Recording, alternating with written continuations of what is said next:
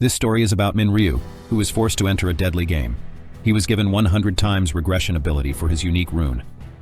After regressing 99 times, he was finally able to enter the final round of the game. There he defeated hundreds of golems and entered a large temple. Hoping to end the game by defeating the boss monster, he was shocked to see a message window appeared stating that the requirement to challenge the final boss was at least 5 players, and due to not meeting the requirement, the lone player will perish. He retaliated, but his attack was stopped by a light barrier. Looking at the hopeless situation, he accepted his fate. The window message appeared, stating about the player's death, and with this his final 100th regression begins. Our story begins in a desolate place filled with death. No sign of life is seen anywhere. The protagonist of this story stated that all humans have the desire to live. If not, he would not have struggled so hard. Our protagonist arrived in a hallway, stating that after 99 tries he was finally able to get to this point, and he finally will be able to see the end this time. The final 20th round, which was filled with giant guardian golems. They seemed to be protecting a door behind them. Our protagonist thought that the guardian golems would not just step aside, so he unleashes his giant black scythe. The golems started to move and prepared to launch an attack on our protagonist. In retaliation, our protagonist prepared his attack and cast the insignia of death skill on a guardian golem. With the skill in place, our protagonist successfully slices the guardian's neck with his scythe, and with the help of his skill, 100% additional damage was added. The guardians began to swarm in groups, so the protagonist cast the Knight of Death skill, taking away their sight. With the guardian golem in complete darkness and unable to see anything, the protagonist finishes off the guardian with the slice of his scythe, clearing away the darkness. Despite all that, the number of guardians did not decrease much. The guardian golem started attacking with fire and ice skills, and our protagonist was barely able to dodge the attack. To get out of this situation and for a successful counterattack, he decided to speed up as well, creating multiple afterimages of himself with his tremendous speed. The guardian golem used a powerful fire attack to destroy several of the afterimages, but it was unable to hit the protagonist's main body. Suddenly, a magic circle appeared on the floor, catching the protagonist by surprise. Unable to dodge the spell, the protagonist was trapped in the giant ice pillar.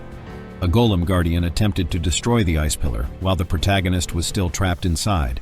However, by utilizing the skill Moonlight of Destruction, the protagonist was able to break free from the ice and slice the golem in half.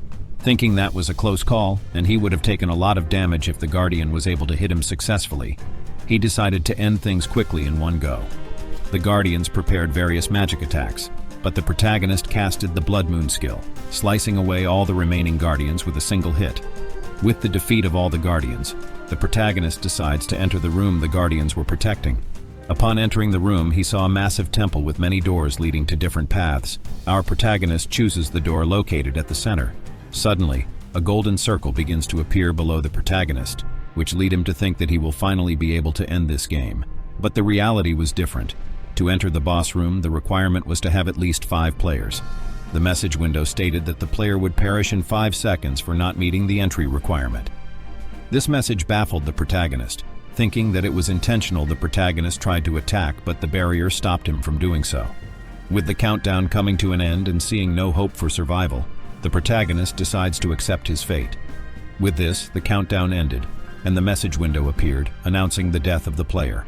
Afterward, a new message window appeared announcing the fulfillment of the time reversal rune requirement. With this, the player will be sent back to a time before the first round started. With the 100 uses of the rune used up, the message window stated that the imprinted rune would automatically perish. With that, the final 100th regression had started.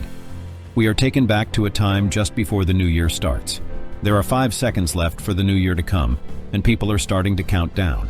Our protagonist, Minryu, stands amidst a bustling crowd. He is baffled by the fact that despite all his efforts to reach the 20th round, he still died, and he comes back to the past just before the beginning of the death game.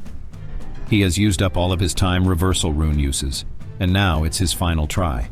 With unwavering determination, he thought that he would see this game through to the end. For that to happen, he needs to find 4 more people.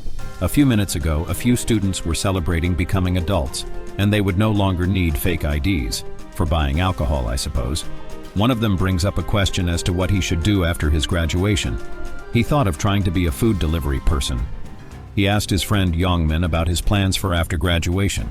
Youngmin confidently stated that he has plans to become a gangster.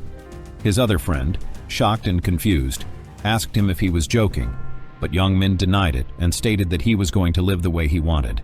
Thinking that Youngmin was a psycho, they thought about cutting off their contact with him. They asked Youngmin about his errand boy plans after graduation. Youngmin stated that he won't let him go even after graduation, and it's not up to him to decide what he wants to do. Youngmin's friend spotted the errand boy they were talking about. It was none other than our protagonist, Min-ryu. Youngmin confirmed the person to be the same while the crowd was counting down. Min-ryu glanced back at Youngmin while Youngmin stated that he seemed different than his usual self. Youngmin got furious at Min-ryu for glaring at him, but his friend stopped him and asked to let him go on account of the new year. With this, the countdown came to an end, and the new year started. Everyone was celebrating the new year when they heard a woman's voice. The voice commented that humans are funny. They were celebrating the new year without knowing the predicament they were in. Everyone got confused about the voice. The voice was coming from the sky. A beautiful woman with wings was flying in the sky. She stated that watching everyone being oblivious and in shock was like watching monkeys in a cage. People were confused and thought that the broadcast station was doing some events and the angel was pretty. On the other hand, Min-ryu knew what was going on. He thought that even after 99 regressions, she was still displeasing. The angel laughed and mocked the people so they would not get any strange idea about her. To her, they were no different than vermin. The angel stated that after seeing their reaction, she knew that they could hear her. One person shouted that what her problem was to calling them vermin while cosplaying as an angel. This remark infuriated the angel. And the next second, the man who made that remark got his head blown away. The nearby people panicked and chaos spread. The angel stated how lowly humans dare to speak to her in that manner. They don't have the right to question her as they are not on the same level as her. She threatens to blow their heads off if they try to irritate her again. The angel acknowledged the confusion, so she started to explain the situation to them. Min-ryu was tired of hearing the explanation so many times throughout all his regressions. The angel stated that they would be transported to another dimension to play a game which has 20 rounds. In the game, they have to complete the given quest. If they complete the quest, they will return to reality with a reward. The people were confused by what the angel was talking about. Continuing, the angel stated that not everyone will survive even if they complete the quest. Only half of the majority will survive in order of quest completion. The crowd was shocked at the statement, so the angel gave them some hope, saying that she would only take people between the ages of 15 and 29 across the planet. Min-ryu contemplated that he never would have expected to repeat the game 100 times when he was first dragged to the game in the new year. The older people were happy with the angel's statement about the age limit. A fight was about to start between the young and old, but Youngmin stopped it. He asked them to settle down and listen to the situation. The angel calculated all the humans who fall under the age limit, and the number was around 1.8 billion. With that, the angel finished her explanation and announced the start of the game. Min-ryu was transported into a white plane. The angel explained they needed to create a body before the spatial transfer, so they should think of this place for customizing their character. She mentioned that they would only get one chance. Min-ryu thought of going with his usual character body and nicknaming himself Black Scythe. The scene shifted to a huge grassland. Min-ryu's new body, Black Scythe, was materialized, and this marked the official start of his 100th try. Black Scythe thought that after using the same appearance since the 12th try, this body feels like his real body now. Everyone else also started to appear one by one, wondering about their new appearance and the new place they were in. Black Scythe contemplates that everyone was trying to look their best. But if you stop and think for a second, in a world of survival of the fittest, if you are too attractive, you will more likely be a target. And death here means that you will die in the real world as well. Black Scythe thought that it was almost time for Youngmin to appear. Black Scythe thought commented on Youngmin's decision to choose a muscular body once again this time. The angel appeared, commenting that, seeing their happy faces, they must be happy about their newly created avatars. The angel calculated that about 1.8 million players are here, the same as there were in Seoul. The people were confused about the number because there were not many people present there. The angel shouted in anger that this was not the only space, and there were other planes with other angels progressing through the round. Giving a simple explanation, the angel asked everyone to think about the word status window. Black Scythe thought of the word and a window appeared in front of him, displaying his current state. After seeing his stats, he wanted to sigh in disappointment. The angel stated that after seeing their current stats, they should know how trash they were and ask them to become stronger, and if they survive to the end and clear round 20, They will not only be released from this survival game, but also be granted a wish. This statement motivated the players. The angel gave them a last advice to check their inventory. There is a present there. Youngman thought about inventory and a window appeared. There was a random rune fragment inside. The angel stated that the random rune fragment is a one-time use item and can only be used in level 1. It is the only item that they will receive at the start. She told them to use the item. They need to hold it in their hand and think of the word use. Youngman grabbed the rune fragment and thought of the word use, and instantly, the rune dissipated. The angel remarked that judging by the expression of everyone, she could tell whether they were fortunate or not, but it was the luck of the draw, so they stuck with what they got. With the rune imprint coming to an end, the angel snapped her fingers, and a quest appeared for round 1, which was to defeat 100 goblins per person. Suddenly a goblin appeared. The players marveled about it being the same as in the games. Some people still don't believe in the current situation and think they were kidnapped to test some sort of advanced virtual reality game. The angel asked them not to be excited just yet, and with that, thousands of goblins started being summoned. Everyone got scared after seeing the goblins' number. It was 10,000 humans versus 50,000 goblins. The angel commenced the battle to the death. The goblins started to rush towards the players. Black Scythe took the lead while the other tried to tell him about the danger. With swiftness, he kicked the goblin down. Our protagonist explained that first impressions are very important in a group or an organization, so he needs to engrave his overwhelming existence into other players' minds. The goblin fell to the ground while dropping his dagger. Black Scythe picked up the dagger, thinking that he needed to show his strength so no one would try to cause him trouble in the future. More importantly, he needed to grab the attention of the angel. For that to happen, he needed to put up a performance. Black Scythe, with his swift speed, dispatched the goblins that were charging towards him. The other players marveled at the strength of Black Scythe. They thought that he could be a member of special forces. They started to underestimate the goblins. They thought that they might be really weak, just like in games. But that thought was a mistake. A goblin jumped at a player, stabbing him with his dagger and killing him. After seeing this sight, the other players started running in panic, and pandemonium started to accumulate. Our protagonist narrated that after seeing this situation, no one will mistake this place as a game, and the players will only be thinking about their survival. They will all be busy running away, and their mind will be filled with thoughts about survival. Black Scythe also stated that he was also running away in his first attempt, but it was in vain. There was no point in running away because there was a barrier stopping them, and the modern people who haven't even killed a small animal will find it difficult to kill a goblin. But to survive in this deadly game, they need to overcome this hesitation. On the other hand, the angel was enjoying seeing the fight between humans and goblins. The angel stated that despite being the size of children, the goblins will relentlessly charge at humans, and it's even more true when they are given daggers. The angel's thought was interrupted when she saw Black Scythe in action. After seeing his kill count, which reached 70 goblins, she was bad-mouthing the system that would not let her see any other information about the player except the name and quest progress. Dropping the matter regarding the system, she stated that her pride hurts as an angel who had to guide the inferior humans, but she's at least having a little fun when watching special humans like Black Scythe. On the Black Scythe side, he was busy killing goblins while increasing his experience, gold, and level. With that, Black Scythe has killed 75 goblins up till now, and only 25 were left for the quest to end. A group of goblins attacked Black Scythe and rushed towards him. He quickly defeated a bunch of the goblins and with killing intent in his eyes, stated that if any other goblin was coming. This caused the goblins to tremble in fear, and they hesitated even to come closer to Black Scythe. With the fight temporarily coming to a halt, he decides to take a breather. He opened his status window and saw that he leveled up 4 times. A player gets 2 stat points per level, and he decided to put all of it in dexterity. According to Black Scythe, dexterity is the most important stat in the early game as it increases chances of dodging, attack speed, and movement speed. Black Scythe decided to finish up the quest because he should have grabbed the attention of the angel with the performance he had put in. He threw the dagger at a goblin, killing it. However, the other goblins remained hesitant to attack Black Scythe. With extremely swift speed, he got past all of the goblins and picked the dagger from the goblin's corpse. With the fast swing of his dagger, he started killing the goblins.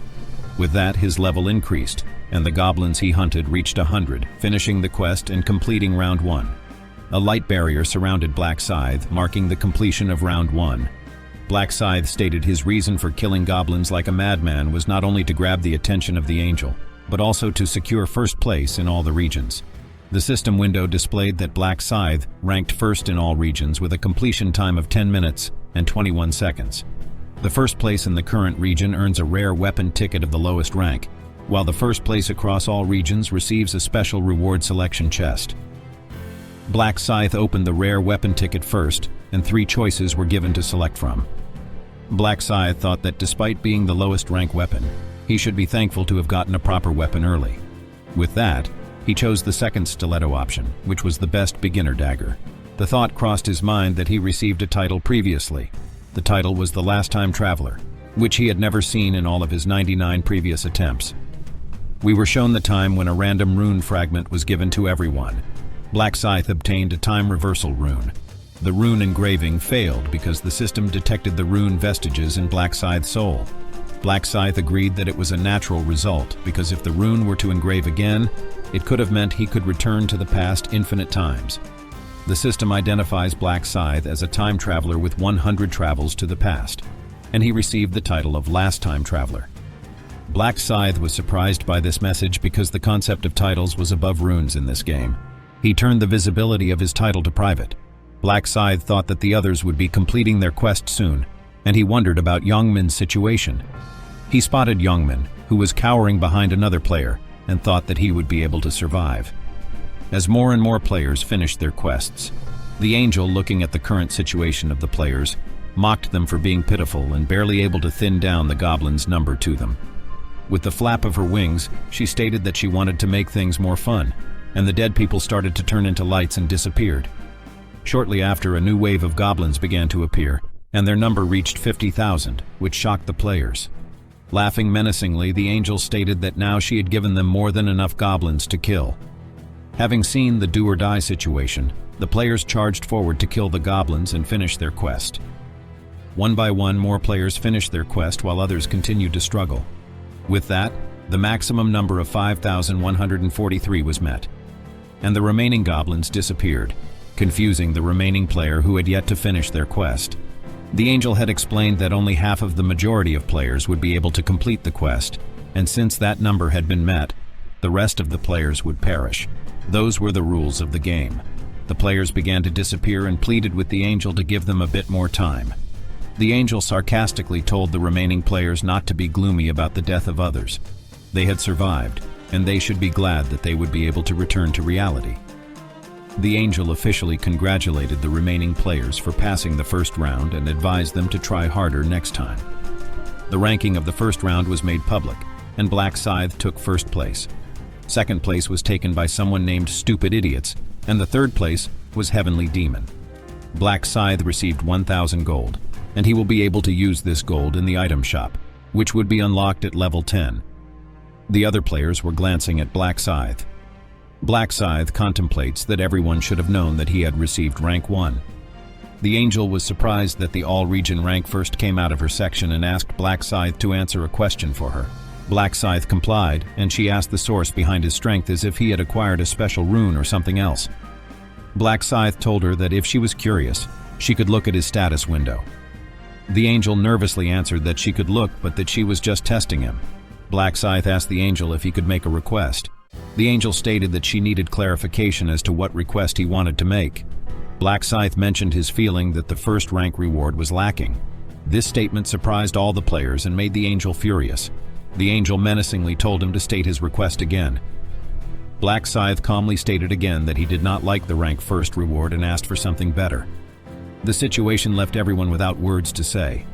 The angel insulted Black Scythe in her inner voice, stating that he had dared to make requests just because he had killed a few goblins. The angel raised her hand, hoping to blow his head, but quickly remembered it was a one-time ability, and she had already used it before. Just then, something occurred to her. A devious plan came to her mind. The angel told Black Scythe she would normally turn down such a request, but they could have a private chat about it. She told everyone else to wait there while everyone discussed the current situation. The angel and Black Scythe went to the forest. The angel questioned him about why he was keeping his distance. She insulted him inside, calling him greedy like any lowly human. She contemplated how the reward could even be changed when the system was the one who granted it, and even if she could change it, she would never make an exception for him. The angel thought about teaching Black Scythe a lesson. She planned to kill Black Scythe just past the rock ahead, insisting on a secluded location to avoid objections from other players.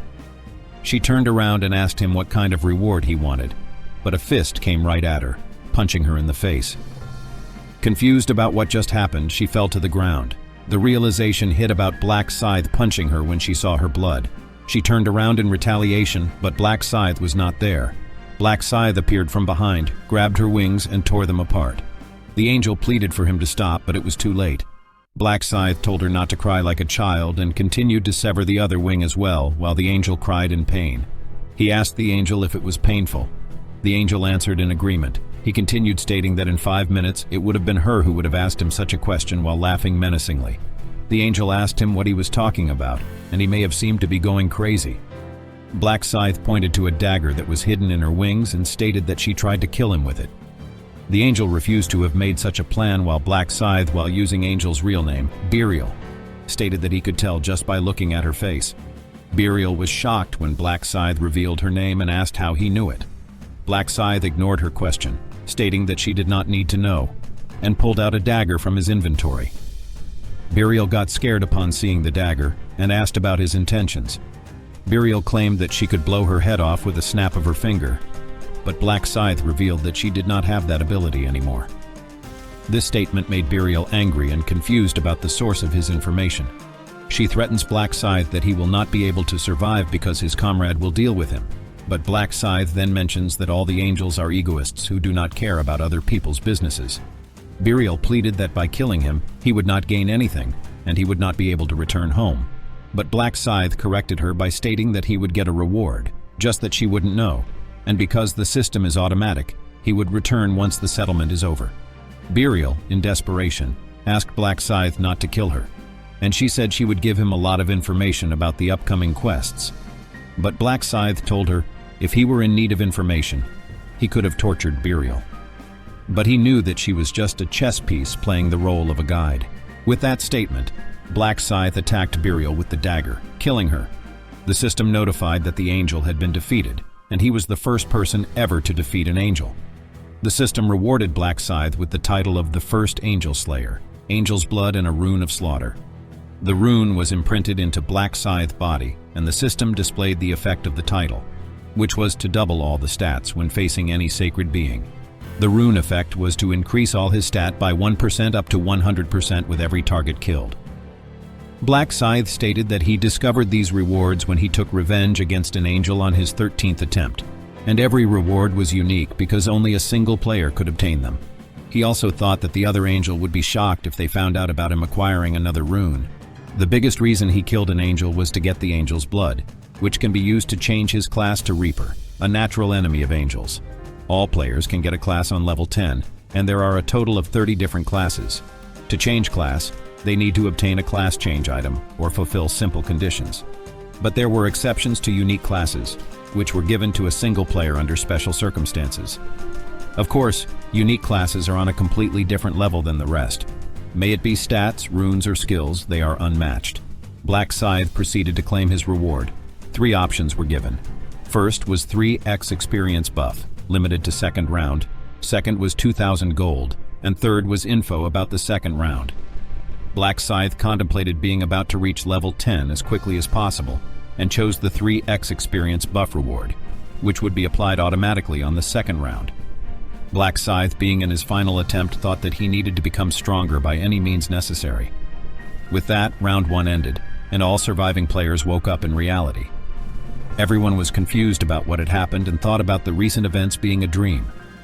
Youngman checked the time, which was 5:20 in the morning, which was the same amount of time they spent in the other realm. His lackeys also woke up and asked Youngman if they had fainted.